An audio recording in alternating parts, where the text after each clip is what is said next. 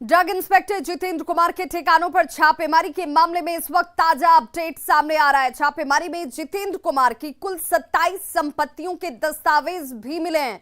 संपत्तियां जो हैं वो बिहार के बाहर दूसरे राज्यों में भी पाई गई हैं। इसके अलावा उनकी बेनामी संपत्ति को लेकर के भी अहम जानकारी हाथ लगी है। तलाशी में विभिन्न बैंकों के 8 पासबुक और निवेश से जुड़े कागजात हाथ लगे हैं। आपको बताते चलें कि अब तक की छापेमारी में ड्रग इंस्पेक्टर के घर से 4 करोड़ 11 लाख रुपए नकद मिले हैं, जबकि 38,27,000 के जेवर की बरामदगी हुई है। इतना ही नहीं, करीब 30 लाख रुपए बैंक बैलेंस का भी पता चला है। और इसके अलावा बेनामी संपत्ति आगे और है, कई ऐसी प्रॉपर्टी जो सिर्फ बिहार से ही नहीं ताल्लुक रखती है, बिहार के बाहर दूसरे राज्यों में भी संपत्तियों का अर्जन करके बनाया गया है। और देखिए, cash 4 crore 11 lakh, bank balance 29,67,000, सोना चांदी अगर आभूषण की बात कर लीजिए तो तकरीबन 38 लाख के, और जमीन के 27 कागजात जो हैं वो ड्रग इंस्पेक्टर जितेंद्र कुमार के घर से बरामद किए गए हैं। और तस्वीरें भी देख लीजिए, कार्रवाई की वो तस्वीरें हैं जिन्होंने इन अधिकारियों के होश भी उड़ा दिए। जिस मामले को लेकर कार्रवाई की शुरुआत की गई थी, जब छानबीन शुरू होती है, कार्रवाई जैसे ही शुरू की गई उसके बाद तमाम दस्तावेज सामने आते चले गए, रकम सामने आती चली गई और रकम गिनने के लिए मशीन को लाना पड़ा। और तब जाकर जो आकलन सामने है वो आकलन ये कहता है कि धन कुबेर, घूसखोर, भ्रष्टाचार में लिप्त ड्रग इंस्पेक्टर जितेंद्र कुमार ने अकूत संपत्ति अर्जित कर रखी है। और बड़ी खबर किशनगंज से आ रही है, जहां पर लकड़ी की तस्करी का खुलासा हुआ है। जी हां, मक्के की आड़ में लकड़ी की तस्करी की जा रही थी। ट्रक से सागवान की लकड़ी को जब्त किया गया है। जब्त लकड़ी की कीमत 15 लाख रुपए बताई जा रही है। रामपुर चेक पोस्ट जहां पर कार्रवाई की गई, जांच की जा रही थी और इसी दौरान ये कामयाबी हाथ लगती है। और ये देखिए, यही वो ट्रक है जिस पर आई वॉश करने के लिए, धोखा देने के लिए, छिपाने के लिए पहले मक्के की बोरियों को लाद दिया गया। आपको एक नजर में लगेगा कि इस पे अनाज रखे गए हैं ट्रक पर, लेकिन जब छानबीन की गई तो देखा गया कि इन मक्के की बोरियों के अंदर सागवान की लकड़ियां, जो इस वक्त आप अपने टीवी स्क्रीन पर देख रहे हैं, 3 लोगों की इस मामले में गिरफ्तारी भी हुई है। 15 लाख की ये लकड़ियां बताई जा रही हैं, जो कि मक्के की आड़ में तस्करी के तौर पर की जा रही थी। और अब इन तीनों लोगों से पूछताछ की जा रही है। रामपुर चेक पोस्ट पे एक लकड़ी लदे ट्रक को पकड़ा गया और उसी क्रम में मैं भी वहां पहुंचा। जब कागज़ की जांच पड़ताल की गई तो कागज़ केवल मक्के का लोडिंग का था, 30 MT का, जबकि जांच के क्रम में ये पाया गया कि ऊपर से मक्के का कुछ बोरा रखा हुआ, 15-20 बोरा, और नीचे जो है कंप्लीट लकड़ी है। फॉरेस्ट विभाग को भी बुलाया गया था। इन लोगों का कहना है कि सागवान की लकड़ी है। आज झारखंड के मुख्यमंत्री हेमंत सोरेन दिल्ली यात्रा पर जा रहे हैं, जहां केंद्रीय गृह मंत्री अमित शाह से उनकी मुलाकात होने वाली है, जिसमें द्रौपदी मुर्मू को समर्थन के लिए जेएमएम अपनी बातें उनके सामने रखेगा। जेएमएम के मुताबिक आदिवासी केंद्रित राजनीति की वजह से द्रौपदी मुर्मू बेहतर विकल्प हैं, लेकिन समर्थन से पहले केंद्र के सामने हेमंत सोरेन अपनी बातों को रखना चाहते हैं। जेएमएम के मुताबिक राज्य के सामने कुछ मुद्दे हैं जिन्हें केंद्रीय गृह मंत्री के सामने उठाया जाएगा।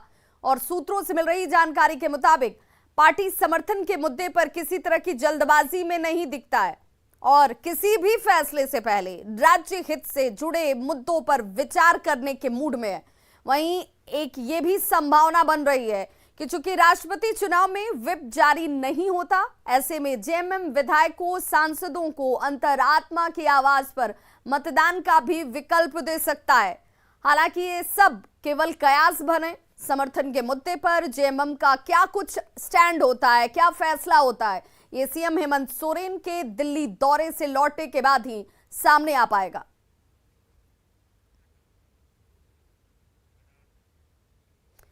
और अब बात केंद्रीय इस्पात मंत्री आरसीपी सिंह की, जिन्होंने कहा कि वो किसी के हनुमान नहीं है और उनका नाम रामचंद्र है। दरअसल आरसीपी सिंह जमुई में एक निजी कार्यक्रम में शामिल होने के लिए पहुंचे थे।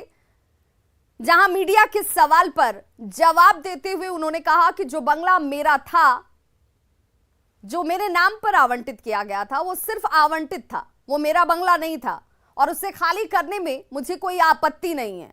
वहीं सीएम के खास होने के सवाल पर उन्होंने कहा कि वो किसी के हनुमान नहीं है, उनका नाम रामचंद्र है।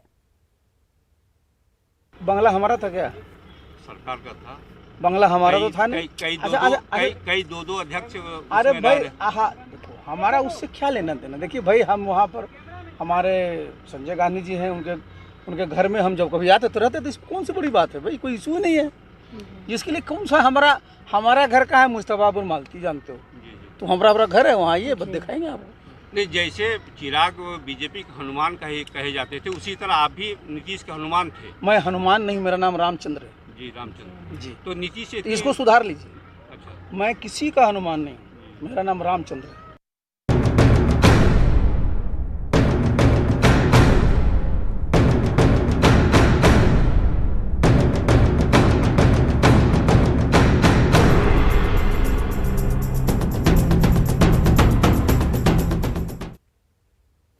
तो बाढ़ से इस वक्त बड़ी खबर आ रही है, जहां के घोसवरी में डायवर्जन बह गया है। बगदाही नदी पर यह डायवर्जन बना था जो बह चुका है। मुश्किल में इस वक्त त्रिमोहान पंचायत के लोग हैं।